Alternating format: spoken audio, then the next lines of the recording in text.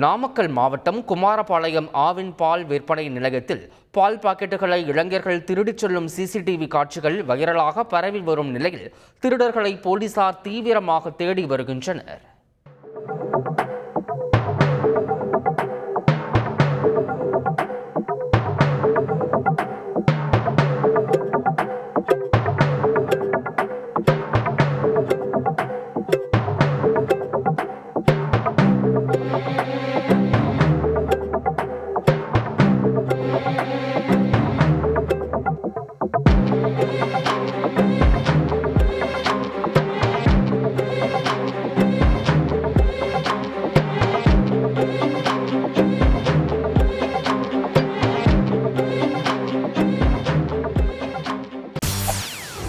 செய்திகளை உடனுக்குடன் தெரிந்து கொள்ள உடனே சப்ஸ்கிரைப் பண்ணுங்க.